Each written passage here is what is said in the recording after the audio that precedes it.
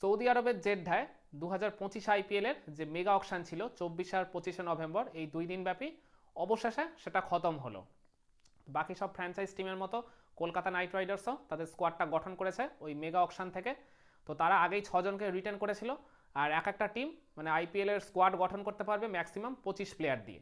তো সেই জায়গায় কলকাতা নাইট রাইডার্স বাজেটে ঠিক মতো না কুলোনোর জন্য 21 জন প্লেয়ারকে নিয়ে তারা এই 2025 আইপিএলের স্কোয়াডটা গঠন করেছে। মোদ্দা কথায় ওই বাজেটে আর কি কুলোতে পারেনি, মানে তারা 51 কোটি ভারতীয় মুদ্রা নিয়ে বসেছিল নিলামের টেবিলে। তো অকশন শেষে তাদের হাতে আর 5 লক্ষ রুপি পড়েছিল। তো স্বাভাবিক এখান থেকে আর মানে বাকি 4জনকে কেনা কখনোই সম্ভব নয়। তো যে আর কি 21 জনকে নিয়ে কলকাতা নাইট রাইডার্স তাদের স্কোয়াডটা গঠন করলো পরবর্তী মরশুমের আইপিএলের জন্য, ঠিক কেমন হলো কেকেআর এর স্কোয়াডটা, চলুন সেটাই আজকে আমি আপনাদেরকে একদম ডেসক্রাইব করে শোনাই। 6জন যে প্লেয়ারকে কলকাতা নাইট রাইডার্স রিটার্ন করেছিল ওটা তো আপনারা আগেই জানেন, ওটা তবুও আমি একদম শেষে বলে দিচ্ছি। তার আগে নতুন যেসব প্লেয়ারদেরকে কিনেছে তাদের নামটাই বলছি। প্রথমেই আসবে এই জায়গাটায় অঙ্কৃশ রঘুবংশী, তাকে কেকেআর টিম ম্যানেজমেন্ট কিনেছে 3 কোটি ইন্ডিয়ান রুপি দিয়ে। তারপর আসবে অজিঙ্ক্য রাহানে, 1.5 কোটি ইন্ডিয়ান রুপিতে তাকে দলে ভিড়িয়েছে। মনীষ পান্ডেকে কিনেছে 75 লক্ষ ইন্ডিয়ান রুপিতে। তারপর লুভনিত সিসোদিয়া, মানে তিনি হচ্ছেন একমাত্র আনক্যাপ্ট প্লেয়ার যাকে কেকেআরের টিম ম্যানেজমেন্ট এই আর কি অকশন থেকে কিনেছে। তাকে কিনেছে 30 লক্ষ ভারতীয় মুদ্রা দিয়ে। তারপরে আছে কুইন্টন ডিকক, তাকে কিনেছে 3 কোটি 60 লক্ষ ভারতীয় মুদ্রার বিনিময়। তারপর আছে রহমানুল্লাহ গুরবাজ, তাকে 2 কোটি টাকা দিয়ে কিনেছে। তারপর আছে অনুকূল রয়, তাকে 40 লাখ টাকা দিয়ে কেনা হয়েছে। তারপর আছে রহমান পাওয়েল, তাকে 1.5 কোটি টাকা দিয়ে কেনা হয়েছে। আর এরপর আছে এই নিলামে মানে কেকেআর স্কোয়াডের সবচেয়ে আর কি বেশি মূল্য পাওয়া ভেঙ্কটেশ আয়ার, তাকে কিনেছে কলকাতা নাইট রাইডার্স 23 কোটি 75 লক্ষ ভারতীয় মুদ্রা দিয়ে। এরপরে আসবে মঈন আলী, তাকে ওই বেস্ট প্রাইস 2 কোটি টাকাতেই কিনেছে। এরপর আসবে বৈভব আরোরা, তাকে 1 কোটি 80 লক্ষ টাকা দিয়ে কিনেছে কলকাতা নাইট রাইডার্সের টিম ম্যানেজমেন্ট।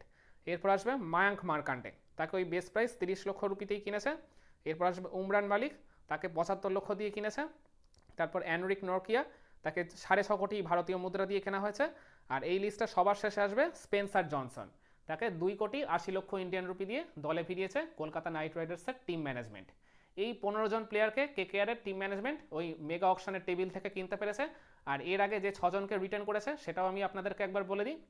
ওই লিস্টে সবার প্রথমে আসবে রিঙ্কু সিং, তাকে 13 কোটি ইন্ডিয়ান রুপি দিয়ে রিটার্ন করেছিল।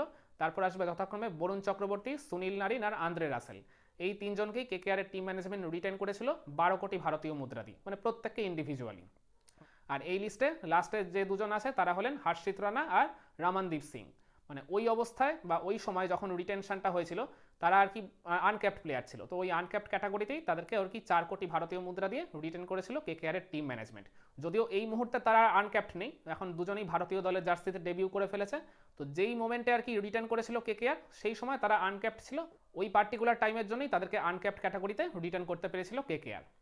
তো আমি মনে করি অকশনের টেবিল থেকে কেকেআরের টিম ম্যানেজমেন্ট যে 15জন প্লেয়ারকে তাদের দলে ভিড়িয়েছে তাদের মধ্যে মানে ভালো ভালো যেসব পারচেসগুলো ছিল সেগুলো আমি মনে করি কুইন্টন ডিকক, তাকে 3 কোটি 60 লক্ষ ইন্ডিয়ান রুপিতে কিনেছে। তো তাকে কেনার জন্য মুম্বাই ইন্ডিয়ান্সের সাথে কিছুটা লড়াই করেছিল কেকেআরের টিম ম্যানেজমেন্ট, অবশেষে তাকে দলে ভেড়াতে পেরেছে তারাই। এছাড়া আমি বলবো রহমান পাওয়েল, ওয়েস্ট ইন্ডিজের আর কি তিনি টি20 টিমের এই মুহূর্তে ক্যাপ্টেন, কিছুটা আন্ডার রেটেড কিন্তু মানে ব্যাটিংয়ে বলিংয়ে তিনি মানে যথেষ্ট সমান কন্ট্রিবিউশন করতে পারেন দলের জন্য। আর কেকেআর যেহেতু এখনও মানে কোনো আর কি পার্মানেন্ট ক্যাপ্টেন আর কি দলে ভেটাতে পারেনি, এই মানে কাকে ক্যাপ্টেন করা হবে এই জায়গাটায় আর কি প্রবলভাবে একটা সংশয় রয়েছে, অনেকে আর কি কন্টেন্ডার চলে আসছে এই জায়গাটায়। তো রহমান পাওয়েল কিন্তু একটা ভালো চয়েস হতে পারে কেকেআরের ক্যাপ্টেন হিসাবে।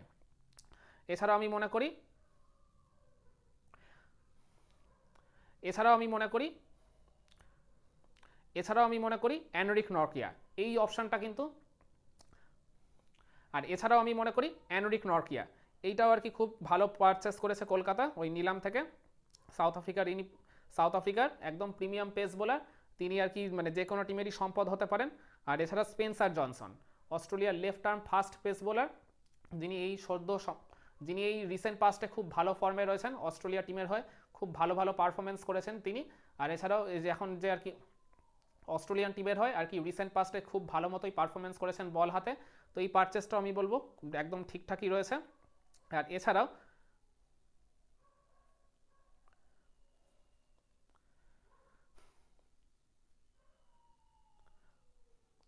আর এছাড়াও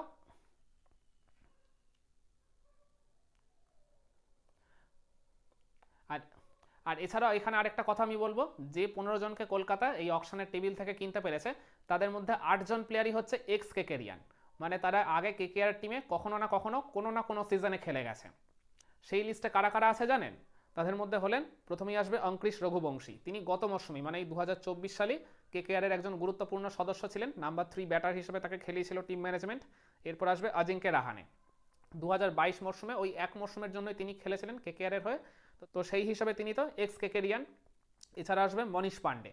মনীষ পান্ডে ওই গৌতম গম্ভীর যখন ক্যাপ্টেন ছিল সেই সময় মানে দলের খুব গুরুত্বপূর্ণ একজন সদস্য ছিলেন এই মনীষ পান্ডে, মানে মিডল অর্ডারের দায়িত্বটা সেই সময় তার কাঁধেই ছিল। আর এছাড়া গত বছরও কেকেআরের টিম ম্যানেজমেন্ট তাকে কিন্তু দলে ভিড়িয়েছিল, মাত্র এক ম্যাচে তিনি সুযোগ পেয়েছিলেন, কিন্তু সেই হিসাবে তিনি এক্স কেকেরিয়ান। এছাড়া রহমানুল্লাহ গুরবাজ, তিনিও বেশ কয়েকটা মরশুম ধরে আর কি কেকেআরের মানে অবিচ্ছিন্ন অংশ ছিলেন। এছাড়া অনুকূল রয়, তিনি হচ্ছেন 2018 সালের ইন্ডিয়া আন্ডার-19 ওয়ার্ল্ড কাপ টিমের একজন সদস্য, এর আগেও তিনি কেকেআরের টিমে খেলে গেছেন, তো সেই হিসাব মতো তিনি এক্স কেকেরিয়ান। আর এছাড়া ভেঙ্কটেশ আয়ার, মানে যার জন্য কেকেআর এই নিলামে সবচেয়ে বেশি টাকা খরচ করেছে, 51 কোটির মধ্যে 24.25 কোটি টাকায় ওই ভেঙ্কটেশ আয়ারের পিছনে ঢেলেছে কেকেআরের টিম ম্যানেজমেন্ট, মানে শুধু তাকে আর কি দলে রাখার জন্য বা দলে ভেড়ানোর জন্য। যেহেতু তিনি একজন পুরনো সদস্য, বিশ্বস্ত মেম্বার, লাস্ট 3-4টা মরশুম ধরে কেকেআরের হয়ে বেশ ভালো মতোই ধারাবাহিকভাবে পারফরমেন্স করে আসছেন, তো সেই কারণে টিম ম্যানেজমেন্ট তার উপর মানে এত প্রবলভাবে ভরসা দেখিয়েছে যে 23.75 কোটি টাকা শুধু তার পিছনেই খরচ করে ফেলেছে। আর এই লিস্টে সবার শেষে আসবেন বৈভব আরোরা, যিনি গত 2 মরশুম ধরে কেকেআরের পেস বোলিং ইউনিটের একজন গুরুত্বপূর্ণ সদস্য। তার আর হর্ষিত রানার ওই ওপেনিং বোলিং পার্টনারশিপটা বা বলতে গেলে মূলত পেস বোলিং জুটিটাও ওই গত মরশুমে কেকেআর যে আইপিএল চ্যাম্পিয়ন হয়েছিল তার জন্য অনেক বড় একটা রোল প্লে করেছিল বলে আমি মনে করি। আর কেকেআরের স্কোয়াডে যে 21 জন প্লেয়ার রয়েছে তাদের মধ্যে যে 8 জন বিদেশিকে তারা এইবার দলে ভিড়িয়েছে তারা হলেন ওই সুনীল নারিন, আন্দ্রে রাসেল, এটা তো আর কি আগে থেকেই কনফার্ম ছিল রিটেনশনের জন্য। আর এছাড়াও বাকি 6 জন বিদেশি যাদেরকে এই অকশনের টেবিল থেকে কেনা হয়েছে তারা হলেন Quinton de Kock, Rahmanullah Gurbaz, Rovman Powell, Moeen Ali, Anrich Nortje আর স্পেন্সার জনসন। মানে 8 জনের যে বিদেশি কোটা সেইটা তারা পুরোপুরি ফুলফিল করলেও ওই 25 জনের যে আর কি ফুল স্কোয়াডের আর কি যে কোটা সেইটা ওই অর্থের অভাবে ফুলফিল করতে পারেনি। ইভেন বেশিরভাগ টিমই সেটা করতে পারেনি, শুধুমাত্র চেন্নাই সুপার কিংস আর গুজরাট টাইটান্সেই তারা আর কি 25 জনের স্কোয়াডটা ফুলফিল করেছে, তো সেটা কোনো বড় ইস্যু নয় বলে আমি মনে করি। তো আজকের এই ভিডিওটায় আমরা কেকেআরের এই পরবর্তী আইপিএল মরশুমের এই ফুল স্কোয়াডটা নিয়ে আলোচনা করলাম। এর পরের কোনো একটা ভিডিওয়ে আমরা এই স্কোয়াডটা নিয়ে আর কি অ্যানালিসিস করব প্রত্যেকটা প্লেয়ারকে নিয়ে। আর এছাড়াও কেকেআর এই অকশনের টেবিল থেকে পারচেস করার সময় বা প্লেয়ার বিট করার সময় তারা কোন কোন সঠিক সিদ্ধান্ত নিয়েছে বা ভুল সিদ্ধান্তগুলো নিয়েছে সেই সব নিয়েও আর কি এই নেক্সট ভিডিওটাতে আলোচনা করব। তো আপনারা কি মনে করেন 2025 আইপিএল মরশুমের জন্য কেকেআরের গঠন করা এই 21 জন সদস্যের এই ফুল স্কোয়াডটা কি একদম পুরোপুরি ঠিকঠাক আছে, নাকি আপনারা মনে করেন মানে আরও দু একটা কোনো অদল বদল হলে বা অন্য কোনো প্লেয়ারকে পারচেস করলে এই জায়গাটায় বেটার হতে পারতো? কমেন্ট করে আপনার মতামতটা জানাবেন নাকি।